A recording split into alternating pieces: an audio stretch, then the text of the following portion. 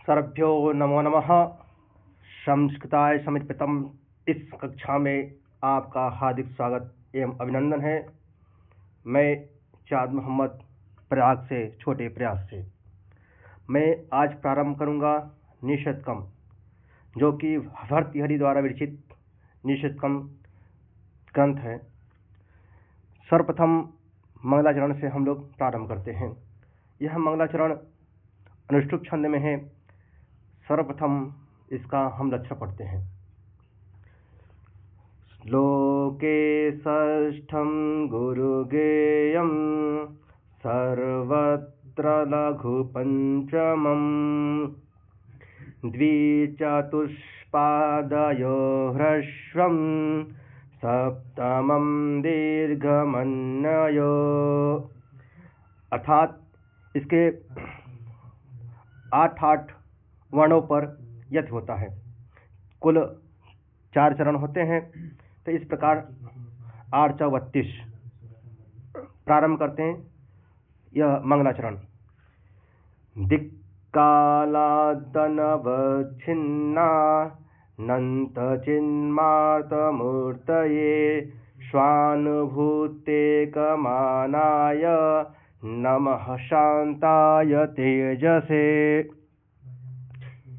यह मंगलाचरण किस प्रकार का है?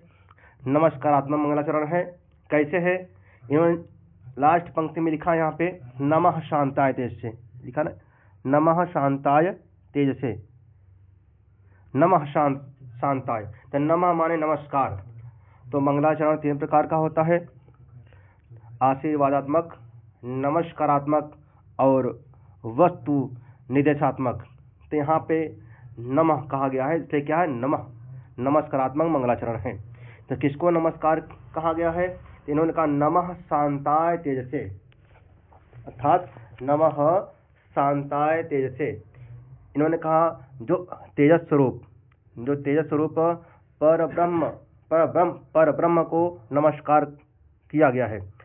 तो परब्रह्म कैसे हैं, उनका सब विशेषण बताया गया है। कैसे? शांताय, अर्थात शांत स्वरूप और तेजस स्वरूप, ऐसे परब्रह्म को नमस्कार है। ऊपर कुछ विशेषण बताए गए हैं। ब्रह्म कैसे कैसे हैं?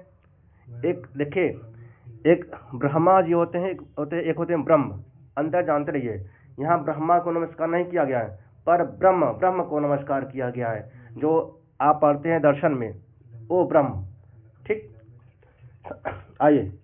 तो इन्होंने कहा शांताय तेजसे नमः। कैसे? शांताय तेजसे नमः लिखा ना, शांताय तेजसे नमः। ठीक, अर्थात ऐसे शांत स्वरूप तेज को नमस्कार है। कैसे? तो इन्होंने कहा स्व अनुभूत लिखा है, स्वानुभूतेकमानाय लिखा है, स्वानुभूतेकमानाय। यदि हम इसका तोड़ेंगे, खंडन करते हैं, तो लिखा है स्व अनुभूति एकम आनाय। यहाँ संधि हो गया है, स्व अकस्मण दीर्घ। ठीक है, फिर क्या? अनुभूति, फिर यहाँ पे संध हो गया है, तोड़ेंगे यहाँ पे, स्व अकस्मण दीर्घ हो गया है, अनुभूति एकम आनाय, एकम आनाय। अर्थात इन्होंने कहा स्व अनुभूति, स्व माने तो अपने ना, स्वयं की जो अनुभूति हो उसे कहते हैं स्वानुभूति। अर्थात कहने का तात्पर्य यहाँ पे है कि अपने अनुभूति से ही ना वह परमात्मा को जान पाता है, समझ पाता है। एकम आनाय, वह एकमात्र अपने अनुभूति के द्वारा ही पर ब्रह्म को जान पाता है। जैसे कोई गूंगा व्यक्ति हो, और गूंगे व्यक्ति से बोला जाए, दिया जाए, कुछ मिष्ठान दिया जाए ना, कुछ खाद्य पदार्थ दिया जाए या मीठा दिया जाए, रसगोलकों में इत्यादि दिया जाए, और उस खा ले और उससे पूछा जाए कि इसका स्वाद क्या है, तो वह स्वाद को नहीं बता सकता। अनुभूत तो कर सकता है, लेकिन वह अपने स्वाद को व्यक्त नहीं कर सकता, अभिव्यक्त नहीं कर सकता कि मीठा है कि तीखा है ना। जो 6 रस होते हैं, मधुर, अम्ल, लवण, कटु, कसायतिक इत्यादि रसों का या ना, वो नहीं अभिव्यक्त कर सकता है किस प्रकार का रसगोलकम का स्वाद है। तो उसी प्रकार यहाँ पे कहा गया है स्व अनुभूत एकम आनाय, अर्थात वह स्वयं एकमात्र अपने आप स्वयं का अनुभूति का विषय है। कौन? वह पर ब्रह्म परमात्मा। अर्थात अपने अनुभूत से ही, वह एकमात्र अपने अनुभूत से ही वह पर ब्रह्म परमात्मा को जान पाता है, वह जानता है, जान पाएगा। ठीक, आइए आगे चलते हम लोग। और वह पर ब्रह्म कैसा है, तो इन्होंने कहा दिक् कालादि अनवच्छिन्ना। पहले पंक्ति में आएंगे, यहाँ लिखा दिक् काल ना, दिक् काल आदि अनवच्छिन्ना, संधि हो गया यहाँ पे ना, दिक् फिर क्या है काल, फिर यहाँ पे संधि हो गया है एको रच, तो बन गया दिक् कालाद। तो दिक् काल आदि करेंगे, दिक् काल आदि, यानी का अनवच्छिन्ना, एक होता है अवच्छिन्न, एक होता है अनवच्छिन्ना। तो न छिन्न है न, तो यहाँ क्या अनवच्छिन्ना है, अर्थात न अवच्छिन्ना इति अनवच्छिन्ना। ठीक, यहाँ पे हो गया है नए तत्पुरुष समास हो गया है। तो अर्थात क्या होगा, अवच्छिन्न माने होता है दिशा अवकाल में बंधा हुआ। जैसे किसी व्यक्ति को कहा जाए कि पूर्व दिशा में, पश्चिम दिशा में, तो दिशा बंधा हुआ है। जैसे मैं कहूँ कि इस समय आप किस दिशा में, तो आप बता सकते हैं कि हाँ इस दिशा में, पूर्व में बैठे पूर्व में, पश्चिम में बैठे तो पश्चिम में बता सकते हैं। लेकिन जो वह ब्रह्म परमात्मा ब्रह्म है तो सभी दिशाओं में व्याप्त है, अनवच्छिन्न है। कभी पूर्व पश्चिम, आप कहेंगे पूर्व तो पश्चिम में, पश्चिम में कहेंगे उत्तर में है, कहीं कहीं हो सकता है। तो इसलिए कहा गया अनवच्छिन्ना, यहाँ पे अवच्छिन्न नहीं है, अनवच्छिन्ना, अर्थात सभी दिशाओं में व्याप्त है। कौन? वह शांत स्वरूप तेजस स्वरूप पर ब्रह्म परमात्मा क्या सभी दिशाओं में व्याप्त है, लिखा अनवच्छिन्ना। और लिखा दिक् काला का, दिक् काला अनवच्छिन्ना। ठीक, अर्थात सभी दिक् माना होता दिशा ना, सभी दिशाओं में, सभी कालों में क्या है, व्याप्त है। अर्थात दिशाओं और कालों, अर्थात कहने का तात्पर्य यहाँ पे है कि दिशाओं और कालों की सीमा से परे। ठीक, आइए फिर क्या है, लिखा अनंत, अनंत चिन्मात मूर्तये। क्या है? अनंत। क्या अनंत है? और इन्होंने कहा चिन्मात्र। चिन्मात्र कौन भाई? वह, अर्थात पुनः समझिए, चिन्मात्र मतलब कि ज्ञानमय, ज्ञानमय से कौन युक्त है? कौन? वह पर ब्रह्म परमात्मा अनंत है, ज्ञानमय से युक्त है। ठीक है, अब मूर्ति स्वरूप है। ठीक, पुनः देखिए, इन्होंने कहा जिस पर ब्रह्म का स्वरूप दिशा काल आदि से क्या अपरिमित है, अनंत है और ज्ञानमय है, ऐसे तेज स्वरूप परमात्मा को नमस्कार है, ऐसे शांत स्वरूप परमात्मा को नमस्कार है।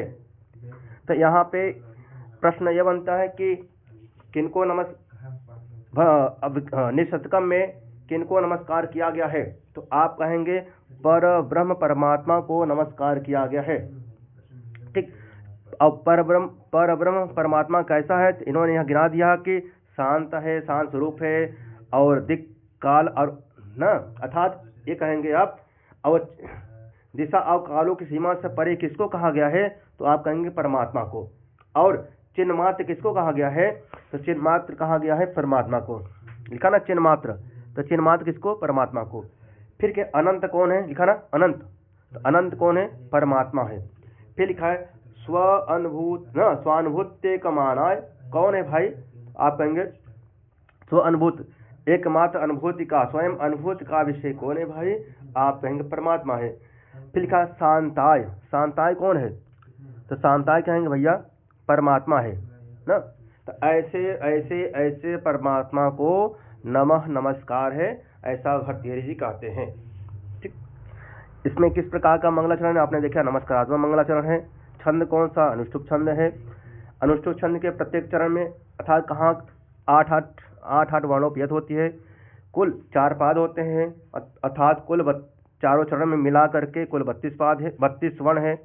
ठीक, और कैसा छंद है? मात्रिक है, वाणिक छंद है। आप कहेंगे वाणिक छंद है। चलिए हम लोग आगे चलते हैं। और हाँ, टिप्पणी थोड़ा बात कर लें। देखिए यहाँ पे लिखा है नमः। नमः के कारण क्या होगा? चतुर्थी हो गया। ठीक है, नमः के कारण क्या हो गया? चतुर्थी। लिखे तेजसे में भैया चतुर्थी हो गया, शांताय में चतुर्थी हो गया है। ठीक, और देखेंगे यहाँ पे शांताय तेजसे मूर्तय में भैया चतुर्थी हो गया है। किसके कारण? नमः के कारण। ठीक, और स्वानुभूत्य मानाय, देखिए यहाँ भी चतुर्थी हो गया है नमः के योग में, क्योंकि आप जब कारक पढ़ते हैं तो लिखा है नमः स्वस्ति स्वाहा स्वधा अलम वसट योगा चतुर्थी। यह जो चतुर्थी में पढ़ा गया है ये डायरेक्ट चतुर्थी करता है। चतुर्थी संपदा यहाँ नहीं लगता है, डायरेक्ट करता विभक्ति करता है, क्योंकि उपपद है ना। उपपद के कारण क्या है, नमः के कारण, तो उपपद विभक्ति है, इस कारण यहाँ पे इसी सूत्र से नमः स्वस्ति स्वाहा स्वधा अलम वसट युगा च चतुर्थी से क्या होगा भैया, चतुर्थी होगा। किसमें, स्वानुभूतेक मानाय में, शांताय में, तेजसे में और चिन्मात मूर्तय में, सब चतुर्थी होगा। चलिए हम लोग आगे चलते हैं। देखिए यहाँ हिंदी में लिखा गया है कि दिशा और देखिए लिखा है दिशा और काल आज द्वारा अपरिमेय अनंत तथा ज्ञानमय स्वरूप वाले केवल निजी अनुभव द्वारा जानने योग्य शांत एवं ज्योति स्वरूप ब्रह्म को, ब्रह्म नहीं लिखा है, ब्रह्म को नमस्कार है। आइए अग्रिम श्लोक में हम लोग चलते हैं। अब प्रारंभ होता है मूर्ख पद्धति। अब जानते हैं कि निशतकम में 10 पद्धति है, कुछ लोग कहते हैं 11 पद्धति है मंगलाचरण के लेकर के, लेकिन ऐसा नहीं, क्योंकि यदि इस प्रकार देखा जाए तो हर ग्रंथ में मंगलाचरण होता है। तो यदि कहें कि अभिज्ञान शाकुंतलम में 7 नहीं 8 अंक है मंगलाचरण को लेकर के, यदि ऐसा कहेंगे कि मंगलाचरण को लेकर के कितने 11 पद्धति हो जाती है तो गलत हो जाएगा। क्यों कि अभिज्ञान शाकुंतलम में आप कहेंगे भैया वहाँ 7 अंक है, हम मंगलाचरण को जोड़ लेंगे 1 अंक, हो जाएगा 8 अंक। उत्तर रामचरितम में कितने हैं, 7 अंक है, हम कहेंगे भाई मंगलाचरण को भी अलग से माना जाए, उसमें भी कितने 8 अंक हो जाएंगे। तो इसलिए इसमें आप जाने 10 पद्धति है। अब पद्धति माने होता है मार्ग, ठीक, पद्धति माने होता है भैया मार्ग। तो यहाँ लिखा है मूर्ख पद्धति। अब प्रारंभ करते हैं कि मूर्खों का मार्ग कैसा कैसा है। अगर इस रास्ते पर चल रहे हैं अर्थात मूर्ख का लक्षण बताया गया है 10 श्लोकों में। भरतहरि जी ने मूर्ख का लक्षण बताएंगे। इसी प्रकार आगे चलेंगे तो विद्वत पद्धति, जो विद्वान लोग हैं उनका मार्ग बताया जाएगा। तो यहाँ हम देखते हैं पहला पद्धति मूर्ख, तो मूर्खों का मार्ग कैसा है। तो इन्होंने कहा देखिए बोद्धारो मत्सरग्रस्ता प्रभवस्मय दूषिता अबोधोपताशाने जीर्णमंगेषु भाषितम्। इसमें भी कौन सा छंद है, अनुष्टुप छंद है, उसी प्रकार होगा जिसे हमने पीछे पढ़ा था। किस प्रकार, श्लोके श्रेष्ठं गुरुगेयं सर्वत्र लघु पंचमं द्विचतुष्पादयो ह्रस्वं सप्तमं दीर्घमन्वयो बोद्धारो मत्सरग्रस्ता प्रभवस्मय दूषिता अबोधोपताशान्ये जीर्णमंगेषु भाषितम्। इन्होंने कहा बोद्धारः मत्सरग्रस्ता। देखिए पहले हम देखेंगे 1 मिनट।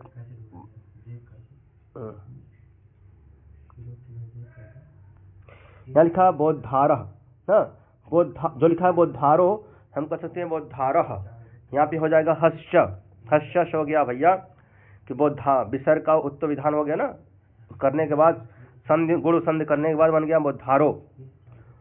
ठीक, तो क्या है बोद्धारो मत्सरग्रस्ता, समझिए क्या क्या है, बोद्धार या बोद्धारो दोनों कर सकते हैं। तो बोद्धारः मत्सरग्रस्ता, तो बोद्धा इसका रूप चलाएंगे बोद्धा बोद्धारो बोद्धारः। ठीक, तो बोद्धारः ये 1 के पावर 3 का है। ठीक, ये अकारांत है, जैसे बनता है रमा रमा रमे रमा, बोद्धा बोद्धारो बोद्धारः ना। बुद्धि शब्द है क्या, बुद्धि, हालांकि बनेगा आपका जो है बोद्धारः, कहाँ बनेगा 1 के पावर 3 में। ठीक, तो बोद्धारः क्या बनेगा बोद्धारः, बोद्धारः मत्सरग्रस्ता। ठीक, आइए देखते हैं बोद्धार माने जो विद्वान है, जो विद्वान है वो क्या है, लिखा है मत्सरग्रस्ता, अर्थात वह ईर्षा से क्या है ग्रस्त है। क्या है, जो विद्वान है वह ईर्षा से ग्रस्त है, अर्थात डाह से जकड़े हुए हैं, द्वेष से ग्रस्त हैं। कौन? बोधारा। तो बोधारा कैसे? तो मत्सर ग्रस्ता। तो मत्सर होता है द्वेष, घमंड, दर्प इत्यादि से क्या लीन है, ग्रस्त है, जकड़े हुए हैं। और जो विद्वान, बोधारा मतलब जो विद्वान व्यक्ति हैं इस प्रकार से ग्रस्त हैं, जो जानने वाले हैं, बोधा लोग हैं ना, वो इस प्रकार से ग्रस्त हैं। और लिखा प्रभव, मूल शब्द क्या? प्रभु। उकारांत है जैसे गुरु, उकारांत है गुरु, गुरु गुरुवः, उसी का प्रभु, प्रभु प्रभुवः। जो प्रभुवः हैं, ठीक, जो राजा लोग हैं, जो राजा लोग हैं कैसा भैया? स्मय दूषिता। प्रभुवः स्मय दूषिता, जो राजा लोग हैं वो भी क्या है? ईर्षा से ग्रस्त हैं। किससे है? ईर्षा से ग्रस्त है।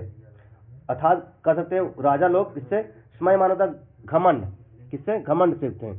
तो राजा लोग गर्व से युक्त हैं, गर्व से युक्त हैं, विकृत हैं, या गर्व से दूषित हैं, घमंड से युक्त हैं, गर्व से चूर हैं। ठीक। प्रभुवा स्मय दूषिता, बोधारो मत्सरग्रस्ता, जो विद्वान लोग हैं वह ईर्षा से ग्रस्त हैं, डाह से चिकड़े हुए हैं, द्वेष से ग्रस्त हैं। और जो प्रभुवा मान जो राजा लोग हैं, स्मय दूषिता तथा गर्व से विकृत हैं, या अभिमान से दूषित हैं, गर्व से चूर हैं। ऐसे लोग सुभाषित या सुंदर बातें क्यों सुने? लिखा ना सुभाषितम, यहाँ लिखा सुभाषितम। ऐसे लोग, कैसे लोग? बोधारा लोग और प्रभुवा। कैसे बोधारा? तमस्ग्रस्ता बोधारा और स्मय दूषिता प्रभुवा। ऐसे लोग जो हैं सुभाषित तथा सुंदर बातों को क्यों सुने? ठीक, दो हो गए। तीसरा कहते हैं अबोध, अबोधोपहताश्चान्य का अबोधोपहता। तो अबोध उपहता, उपहता माने होता युक्त, तोड़ेंगे तो अबोध क्या होगा? अबोध उपहता। तो उपहता माने होता युक्त, अर्थात अबोध माने होता अज्ञान, बोध माने होता जानने वाला। ठीक। और न बोध इति अबोध, अर्थात जो अज्ञान से युक्त है। ठीक, जो अज्ञान से युक्त है, अबोधोपहता, अर्थात जो अज्ञान से नष्ट है या अज्ञान से युक्त हैं।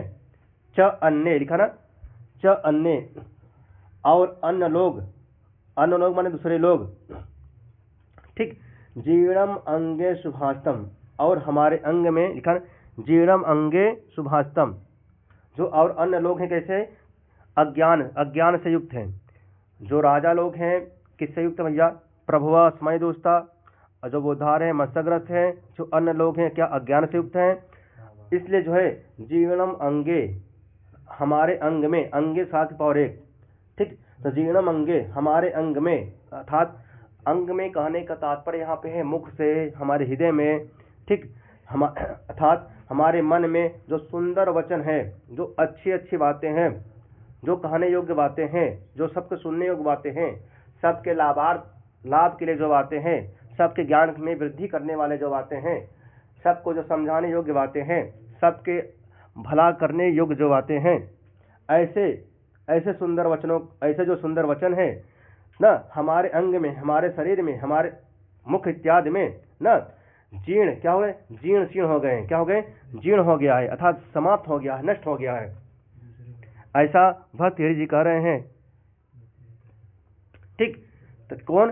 कहीं जो बुद्धार है, जो बुद्धारो लोग हैं, जो विद्वान लोग हैं, वो ईर्षा से ग्रस्त रहते हैं, कंपटीशन आपस में ही करते हैं। भैया वो सही बताए, वो गलत बताए हैं, ऐसे नहीं ऐसे होगा ना। हम वो प्रोफेसर का जाना भैया, वो प्रोफेसर लल्लू लाल है, वो कुछ नहीं जानते, बस दही के हो ये है माल पानी में मटे घुस घुस।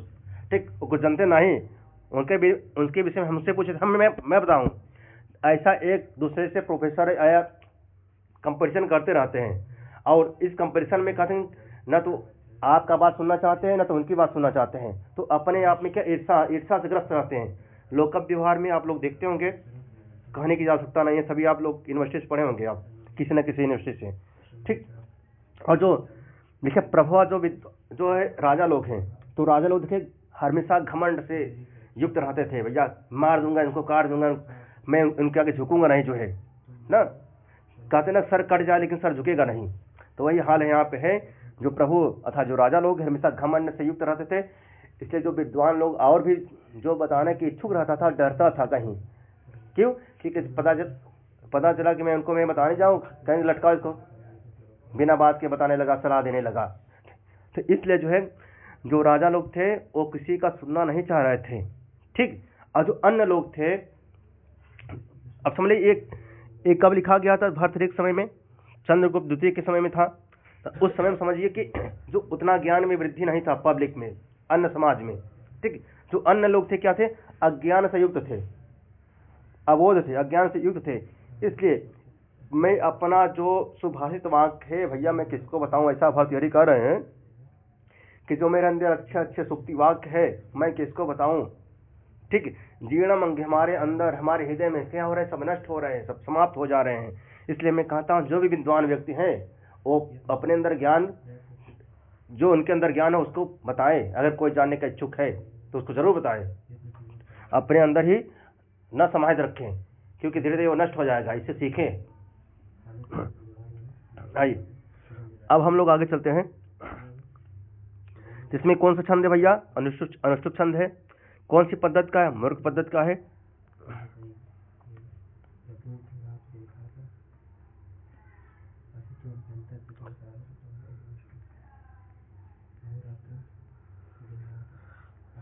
चलिए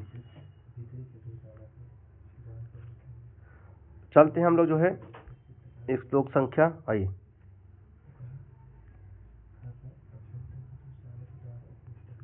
आगे मूर्ख पद्धति में श्लोक संख्या आपका जो है देखा जाए, मूर्ख पद्धति पढ़ रहे हैं। तो अगले श्लोक में चलते हैं हम लोग जो है, यह आर्या छंद में है। आर्या छंद का सर्वप्रथम लक्षण पढ़ते हैं। अब आर्या छंद क्या हमारा है? मात्रिक छंद है। आर्या छंद क्या है? मात्रिक छंद है।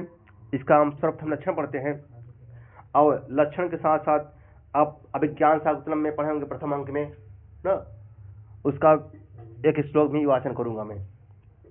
चलिए, यस्याह पादे प्रथमे द्वादश मात्रास्तथा तृतीयेऽपि अष्टादश द्वितीये चतुर्थके पंचदश आर्या शुभग सलीलावगाः पाटल संसर्ग सुरभिवनवाता प्रच्छाय सुलभ निद्रा दिवसाः परिणाम रमणीया।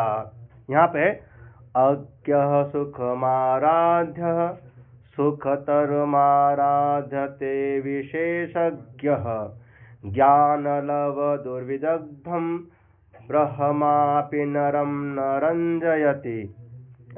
आर्या छंद में है, यह मात्रिक छंद है और इसके प्रथम और तृतीय चरण में समझिए, इसके प्रथम कहाँ गए, इसके प्रथम और तृतीय चरण में, प्रथम और तृतीय चरण में ठीक कितने 12 मात्रा होते हैं। मात्रिक ना 12 मात्रा होते हैं और द्वितीय चरण में 18 मात्रा, कितने 18 मात्रा होता है और चतुर्थ चरण में, चौथे वाले में चरण में कितने 15 मात्रा होते हैं। ठीक, आइए हम लोग इसका भावार्थ देखते हैं। इन्होंने कहा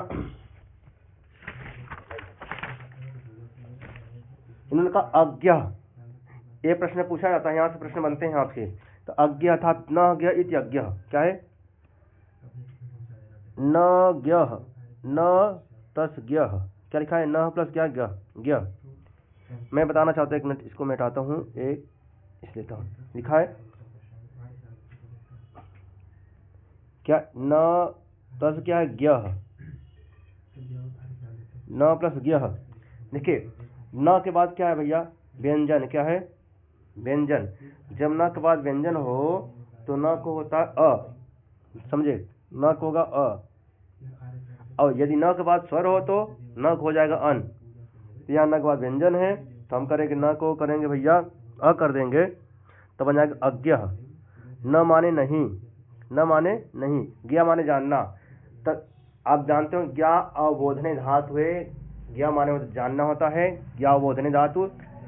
और यहाँ लिखा न माने नहीं, तो न ज्ञा था जो नहीं जानता है, ठीक, अथा न माने नहीं, ज्ञा माने जानने वाला, तो नहीं जानने वाला। आइए यदि देखिए इसी प्रकार हम देखते हैं का, अगर यहाँ पे कहता न प्लस ईश्वर, क्या होता न प्लस ईश्वर, ठीक। देखिए यहाँ न के बाद क्या स्वर है, तो न को स्थान पे हो जाएगा अन, क्या हो जाएगा अन, तो बन जाएगा अनीश्वर। क्या बन जाएगा अनीश्वर, इस प्रकार बन जाएगा अनीश्वर, अनीश्वर बन जाएगा, ठीक। आइए हम लोग चलते हैं आगे, कहाँ हम लोग चल रहे थे, यहाँ पर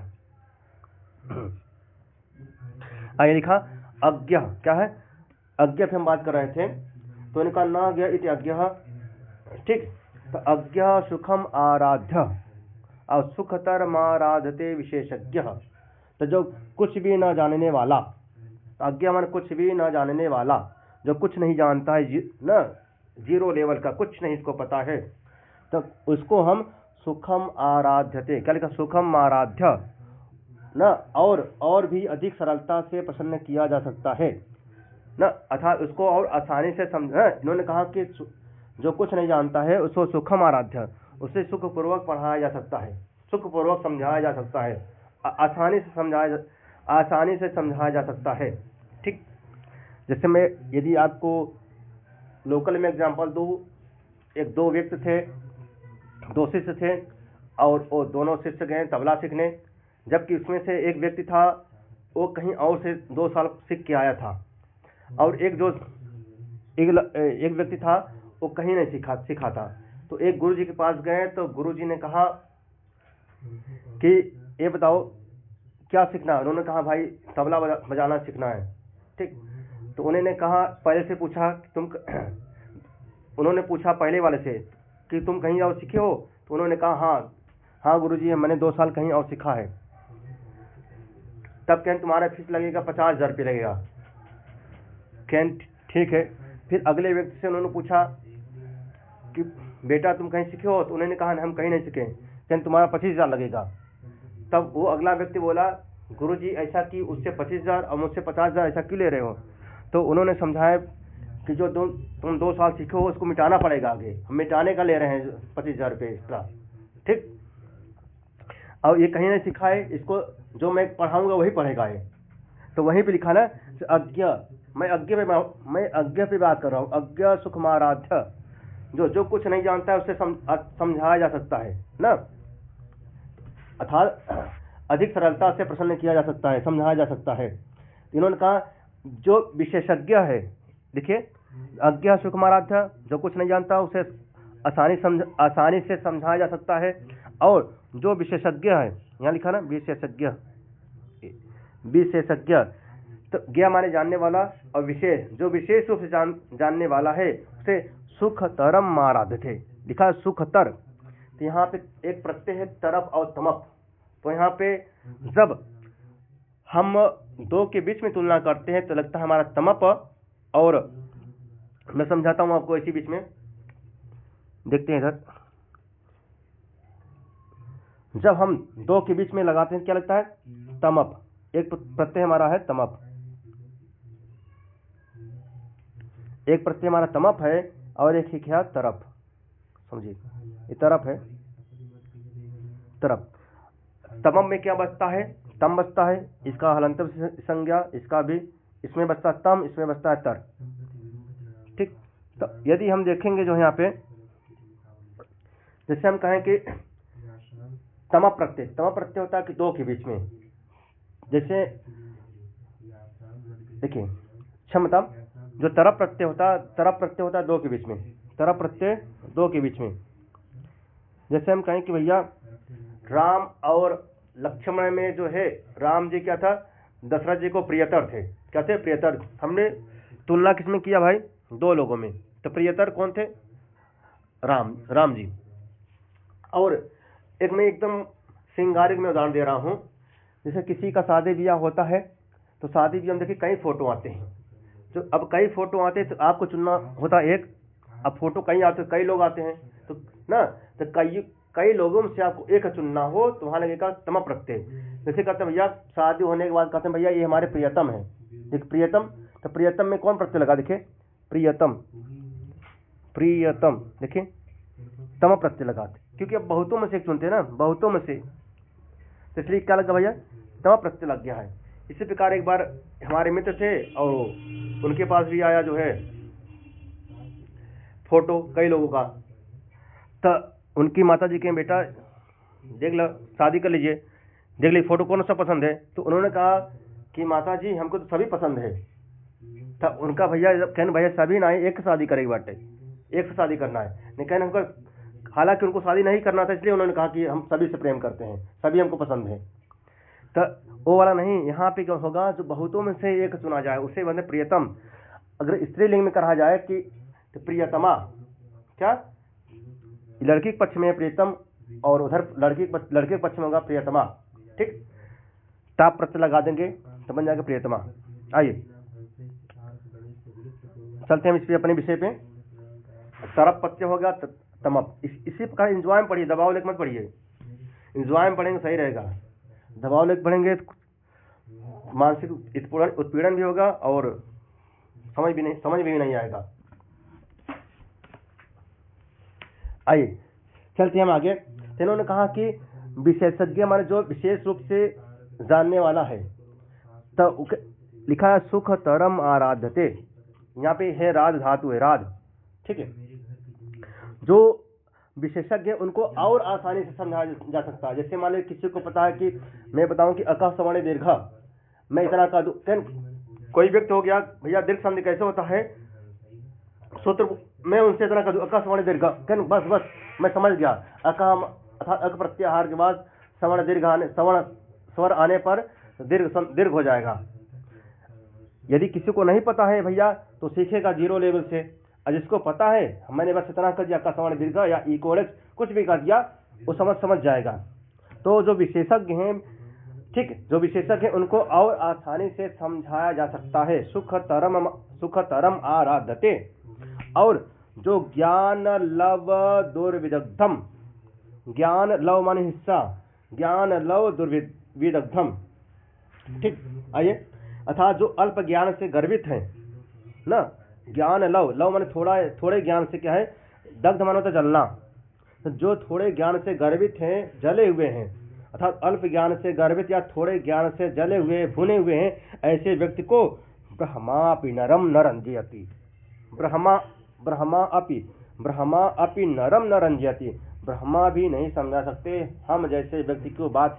भर्तृहरि जी कर रहे हैं, हम जैसे लोगों की बात ही क्या है, चार मुख वाले ब्रह्मा भी नहीं समझा सकते, हम तो एक ही मुख वाले हैं, ठीक। आइए, तो ब्रह्मापि नरम न रंजयति, ठीक।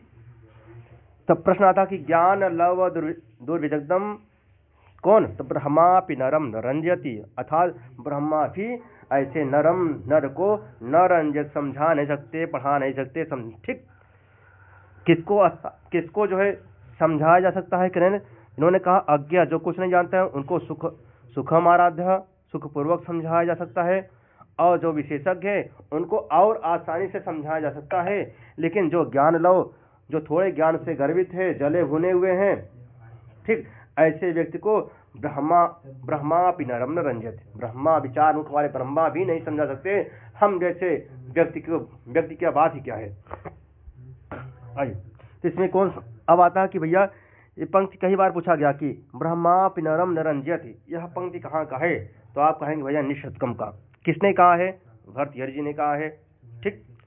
कौन सा छंद इसमें है, तो आप कहेंगे आर्या छंद है। कौन सी पद्धति का है, भैया मूर्खों की बात हो रही है, मूर्ख पद्धति है। और पूछे कि सुख तरम में कौन सा प्रत्यय है, आप कहेंगे तरप प्रत्यय है। अज्ञा में कौन सा समास है, कहेंगे न अज्ञा ही अज्ञ, न तत्पुरुष समास है, ठीक है। ज्ञा माने क्या होता है, जानने वाला। आइए,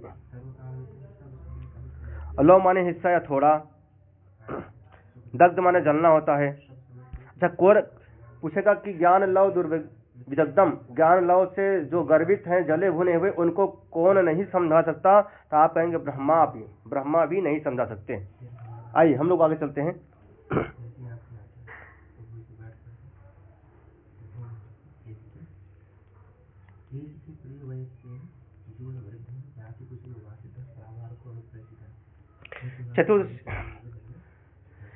चतुर्थ श्लोक में चलते हैं। 3 हम लोगों ने पढ़ चुका।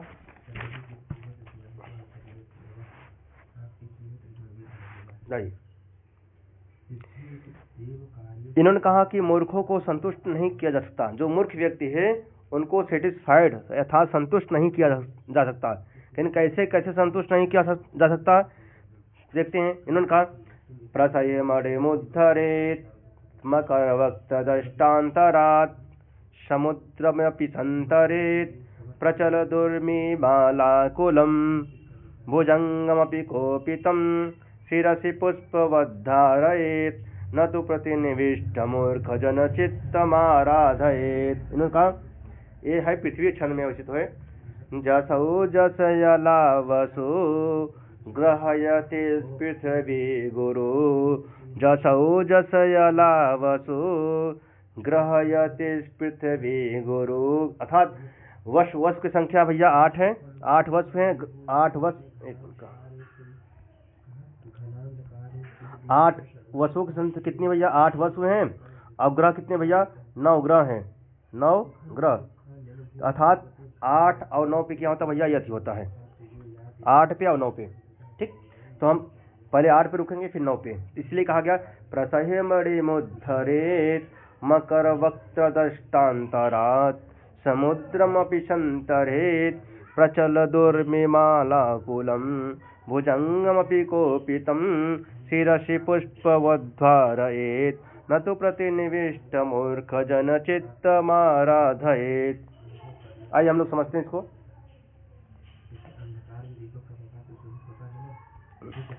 तो इन्होंने कहा प्रतिनिविष्ट मूर्खजन चित्तम न आराधेत। देखिए चौथी पंक्ति से हम लोग पकड़ते हैं। लास्ट में लिखा ना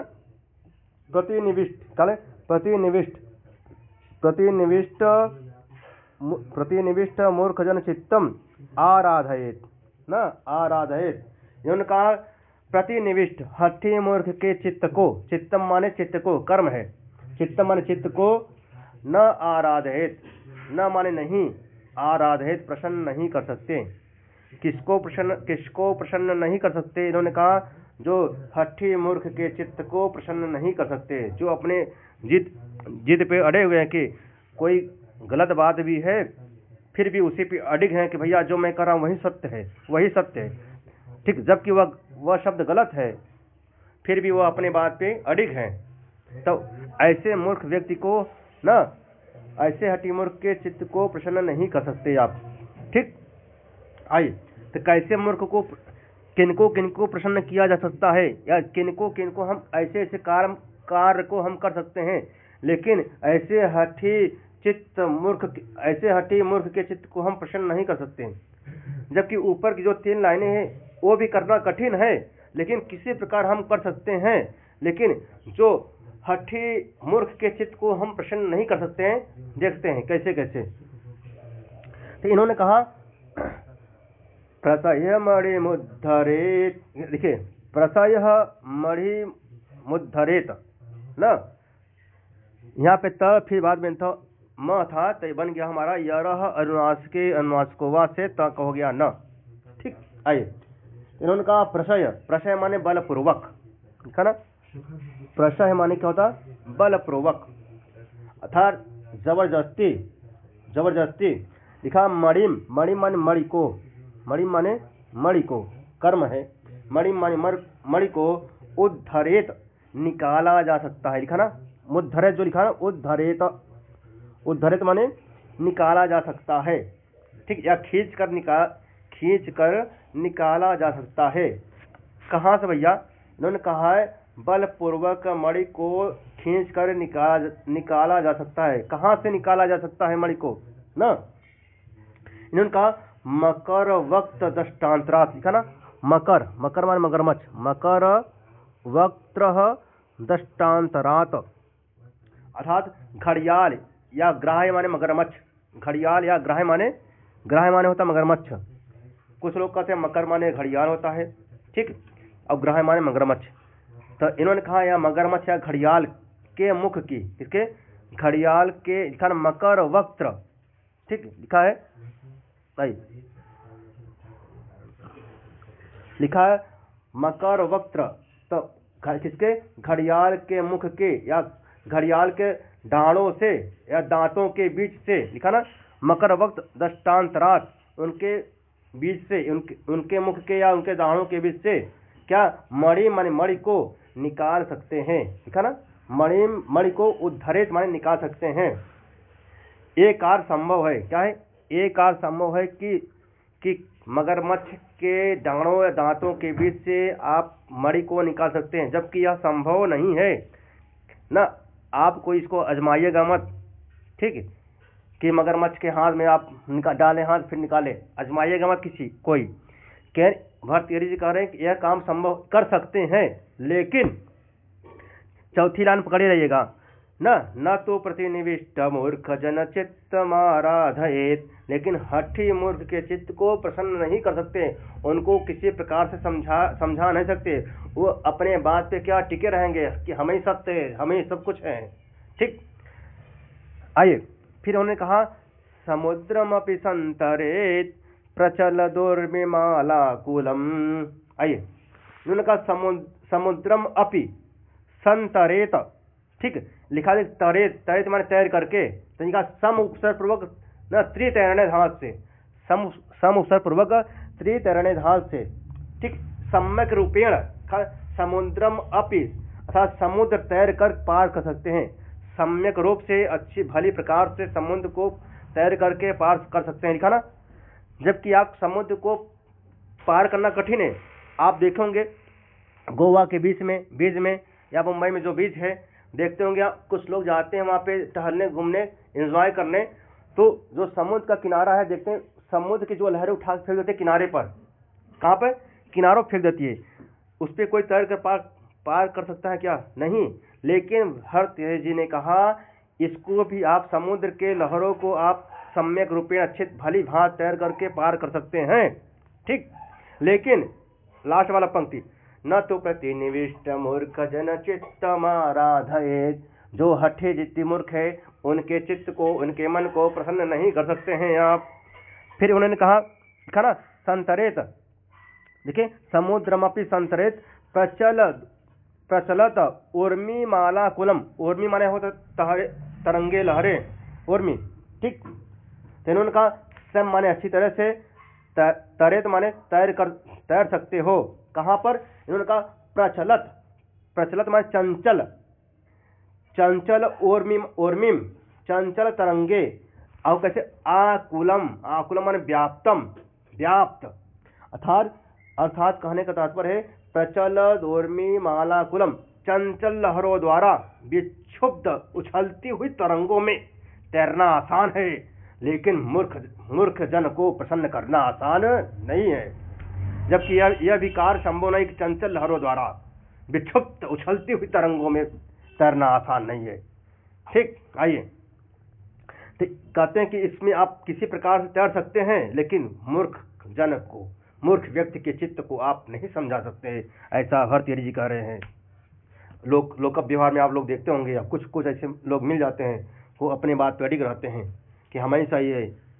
अब श्रृंगारिक उदाहरण देंगे, लेकिन बाद में, अभी नहीं। आइए अगले पंक्ति में चलते हैं हम लोग।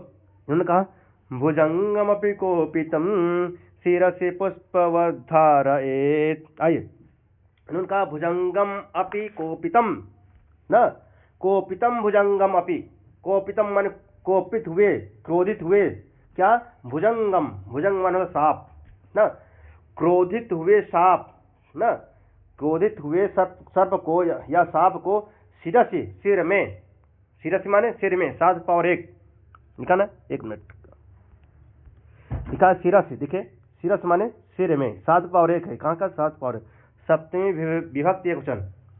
तब कैसे, फिर कोपितम भुजंगम अपि, कोपित हुए सर्प को या क्रोधित सांप को, शिरस माने सिर में, ठीक है।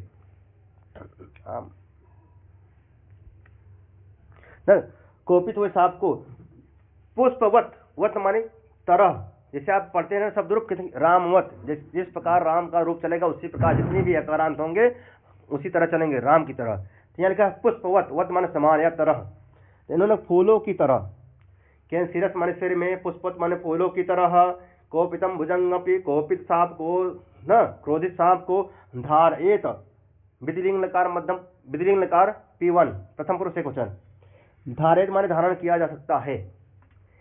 इन्होंने कहा कोपित माने क्रोधित सर्प को, शिरस माने सिर में, न, पुष्पवत फूल की तरह, फूल के समान, धारयेत माने धारण कर सकते हैं, कैसे सर्प को, क्रोधित, लेकिन न तो प्रतिनिविष्ट मूर्ख जन चित्तम आराधयेत, लेकिन जो हठे जिद्दी मूर्ख व्यक्ति हैं, ऐसे व्यक्ति को हम नहीं समझा सकते हैं, ऐसा भर्तृहरि जी कह रहे हैं। ठीक, जबकि यह भी काम कठिन नहीं है कि देखिए आप जब देखते होंगे सपेरा उपेरा, देखिए जबरदस्ती गुस्सा आता है, जो कि हाथ करके जो है कि ना, तो जब जबरदस्ती गुस्सा आता तो मारता है जो अपना जो है फन ना। आप समझिए जो क्रोधित सांप होगा कैसे हो सकता, समझ सकते हैं आप लोग इसको आजमाइएगा मत कि सांप को गुस्साइए और अपने फिर गले में धारण करिए, मशक देगा जो है। आइए लोकल व्यवहार में, ठीक, तो इसको आजमाइएगा मत आप लोग। लिखा है भुजंगम अभी कोपितम, जबकि आसान है कि क्रोधित सांप को आपके गले में पुष्पवत माला की तरह धारण कर सकते हैं, यह आसान है, लेकिन न तो प्रतिनिविष्ट मूर्ख जन चित्तम आराधे, लेकिन हठे जिद्दी मूर्ख के चित्त को आप प्रसन्न नहीं कर सकते हैं, ऐसा भर्तृहरि जी कह रहे हैं। ये मूर्खों का लक्षण बता रहे हैं कि मूर्ख कैसे कैसे कैसे हैं, ऐसे ऐसे और लोग को आप प्रसन्न कर सकते हैं। अग्र चलामी,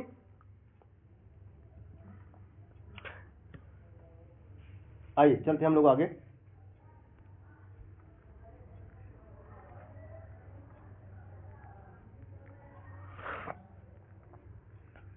टिप्पणी देखेंगे हम लोग बाद में।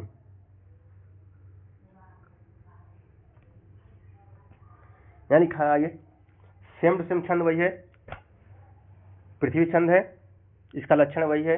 जसौ जसयला वसु ग्रयति पृथ्वी गुरु, जसौ जसयला वसु ग्रहयति पृथ्वी गुरु, अर्थात जसौ जसयला वसु की संख्या 8 है, ग्रह है 9, तो प्रथम क्या 8 और 9 पे, प्रत्येक चरण में, अर्थात पहले 8 यति होगा फिर 9 पे, ठीक, और 8 और 9 होते हैं 17। आइए 17 आपको हरणी छंद में मिलेंगे, और 17 मिलेंगे आपको शिखंडी मिलेंगे, 17 मिलेंगे आपको मंदाक्रांता में मिलेंगे, और इसमें भी कितना पृथ्वी छंद में भी मिलेंगे आपको 17। आइए देखते हैं, तो लभेत सिकतासु तैलम अपि यत्नतः पीडयन्, पिबेच मृगतृष्णिकासु सलिलं पिपासादित, कदाचिदपि पर्यटन् शशविषाणमासादयेत्, न तु प्रतिनिविष्ट मूर्ख जन चित्तमाराधयेत्। देखिए इन्होंने कहा, देखिए न तो प्रतिनिविष्ट मूर्ख जन चित्तमाराधयेत्,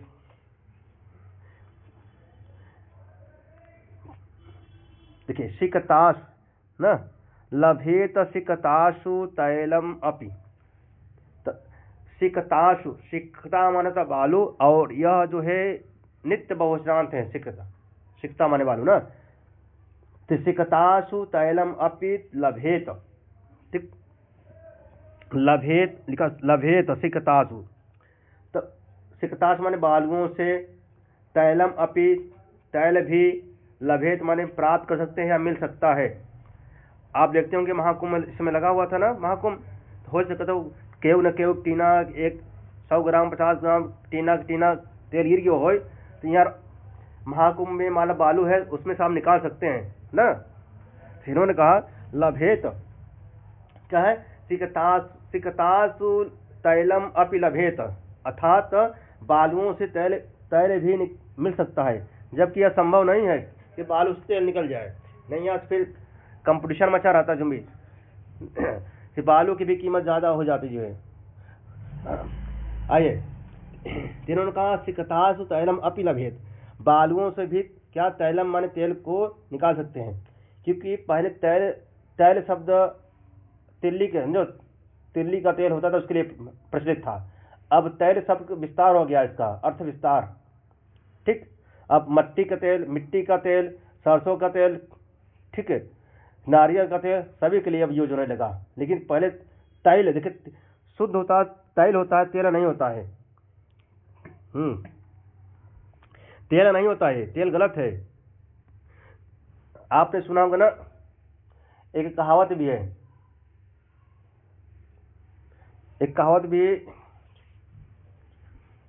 पढ़ाई सबकी बात नहीं, कुछ कहावत है, माइंड में नहीं आ रहा है इसमें। आई तो क्या है, शुद्ध होता तैल, क्या होता तैल। ये पढ़ना आसान नहीं है ना, ये पढ़ना खेल नहीं है बच्चों का, इसमें तेल निकल जाते हैं अच्छों का। आइए, तो ये ऐसे कुछ कहावत है लोग का व्यवहार में जो है। आइए देखते हैं यहाँ पे इन्होंने कहा क्या, तैल शुद्ध क्या होता तैल होता है, जानते रहिए, तेल नहीं होता है। तो इन्होंने कहा लभेद सिकतासु तैलम, अर्थात सिकतासु बालियों से तैल भी मिल सकता है ना, जबकि यह संभव नहीं है। और इन्होंने कहा कैसे, यत्नतः पीडयन, क्या कहा, यत्नतः प्रयास पूर्वक, पीडयन पेड़ते पेड़ते, सत्र प्रत्यांत है, पीडयन पेड़ते पेड़ते। जैसे आप देखें गन्ना में, देखा तो गन्ना में लगाओ थे, जबरदस्ती जब खत्म हो जाता है जबरदस्ती का हम कहते हैं मटे लास्ट तक रस निकाल लेते हैं अपना। तो इन्होंने कहा यत्नता की प्रयास पूर्वक, प्रयास करते करते करते एकदम पेड़ते पेड़ते अपना जो है लगाते लगाते पेड़ते पेड़ते, यत्नतः किसी प्रकार, पीडयन न पीडयन यत्नतः, पीड़ते पीड़ते अपना जो है, यत्नतः पीडयन बहुत प्रयास से पेड़ते हुए भी, सिकतास तैलम लभेत बालों से तेल मिल सकता है। ठीक, फिर इन्होंने फिर आगे कहते हैं पिपासार्दित, देखिए इसी में पिपासार्दित लिखा, पिपासा प्लस अर्दित, तो पिपासया अर्दित, प्यास से व्याकुल न, कोई व्यक्ति है क्या है, प्यास से क्या है व्याकुल है, तो पिपासया अर्दित, पिपासार्दित प्यास से व्याकुल व्यक्ति न, मृग तृष्णकासु सलिलम पिबेत, लिखा ना, मृग तृष्णकासु सलिलम, ठीक है, सलिलम पिबेत। तो यहाँ मृग, आप लोग जानते हो मृग तृष्णा, मृग तृष्णा क्या होता है कि राजस्थान में उसको दूर से दिखता है कि जो है कि पानी जल दिखता है, जो वहाँ की गर्मी है, ताप है, ताप गर्मी के कारण जो वाष्प निकलता है, लेकिन उसको लगता है कि वहाँ पे पानी है, ऐसे चमकता है। और प्यासा मृग उस अपना प्यास बुझाने के लिए जो है वहाँ पे जाता है, लेकिन जब उस गंतव्य स्थल पे जाता है तो वहाँ उसको पानी नहीं मिलता है। तो इस कारण जो यहाँ से वहाँ तक भटकते भटकते क्या होता है, अपना प्राण त्याग देता है। यदि लोकल उदाहरण समझे तो आप, गर्मी का समय आ रहा है, आप देखते होंगे डामर, जैसे बोलते डामर जो सड़क बनता है, तो आप देखिए जब आप बस पे बैठे रहते हैं आगे बस पर, तो गर्मियों के समय में देखिएगा मई जून के महीने में, तो ऐसा लगता है आगे पानी है, जबकि वहाँ पानी नहीं रहता है। ठीक, गर्मी के कारण जो है जो डामर था हल्का गीला हो जाता है। ठीक, तो ऐसे आपको आभास होता है कि वो पानी है, जबकि पानी नहीं रहता है। यदि जो न जानते हो गर्मी का समय आ रहा है, जरूर देखेंगे आप बस पे चढ़ करके, जब यात्रा करते रहेंगे तब। ठीक, तो वही लिखा है मृग तृष्णकासु सलिलम पिबेत, अर्थात इन्होंने कहा कि इससे राजस्थान के मरुस्थल में भी पानी हो सकता है या मिल जाए। ठीक, जिसे हम बोलते हैं मरु मरीचिकाओं में जल पीते हैं। देखिए राजस्थान में मरुस्थल में भी हो सकता है पानी मिल जाए, जबकि यह संभव नहीं है। ठीक, लेकिन वही है मूर्ख जन चित्तम न आराधेत, जो मूर्ख जन है उनके चित्त को हम प्रसन्न नहीं कर सकते हैं, जबकि यह संभव नहीं है।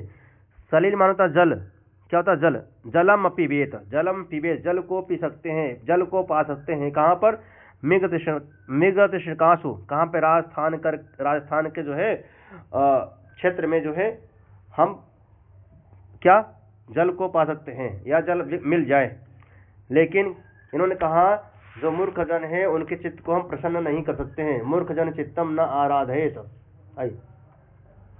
अर्थात ठीक कैसे, प्रतिनिविष्ट मूर्ख जन चित्तम न आराधयेत। आइए हम लोग आगे चलते हैं।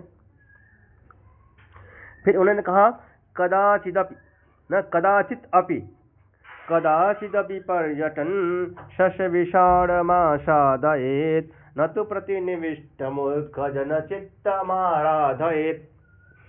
इन्होंने कहा है कदाचित अपि, ठीक, कदाचित अपि।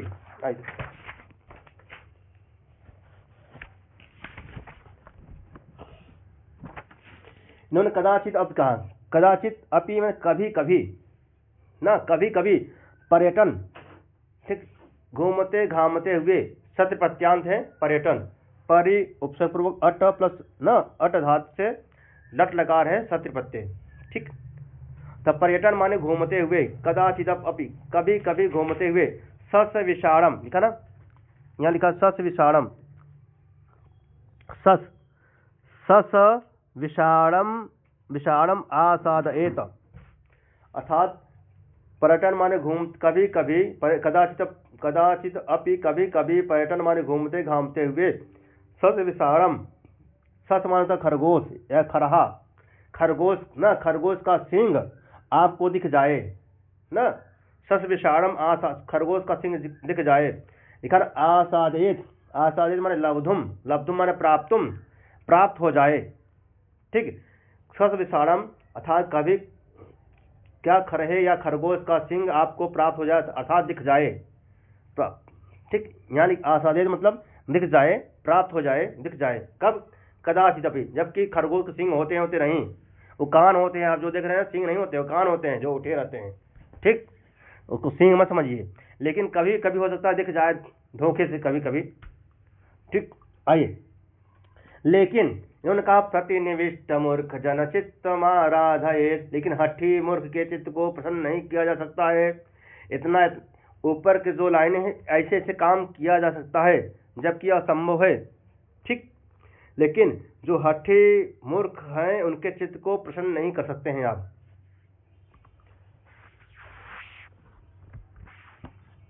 नहीं, अगले देखते हैं।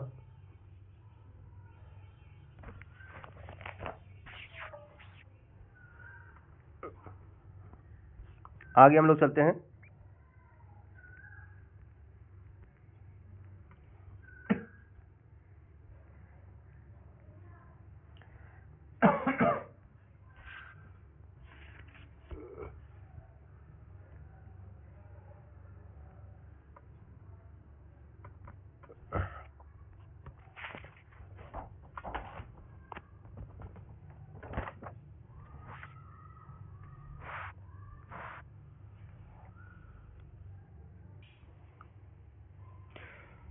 तो आज की कक्षा यहीं पे संपन्न करते हैं, क्योंकि समय अधिक हो रहा है। समय अधिक होने के कारण आज की कक्षा यहीं हम लोग संपन्न करते हैं। तो कैसा यह वीडियो लगा आप लोग कमेंट के माध्यम से अवश्य बताएं, क्योंकि आपका कमेंट ही हम लोगों का एनर्जी है, और यह श्रृंखला ऐसा ही चलता रहेगा आपको जो है। और यहाँ पे हमारे बीच में अच्छे अच्छे विद्वान हैं, रिसर्च स्कॉलर हमारे मित्र हैं, वो सब आपको आकर यहाँ पे बीच बीच में अपना प्रसंग देते रहेंगे, और आप लोगों को नया नया पाठ पढ़ाते रहेंगे। नेट जियारा प्रवक्ता स्पेशल रूप से चलता है इस पे जो है, और हमारे विद्वान शीघ्र ही आपसे, और एक दिन वीडियो के माध्यम से सभी लोगों का परिचय हो गया। तो मैं यहाँ पर अपनी वाणी को विराम देता हूँ। सर्वभ्यो नमो नमः, धन्यवादः।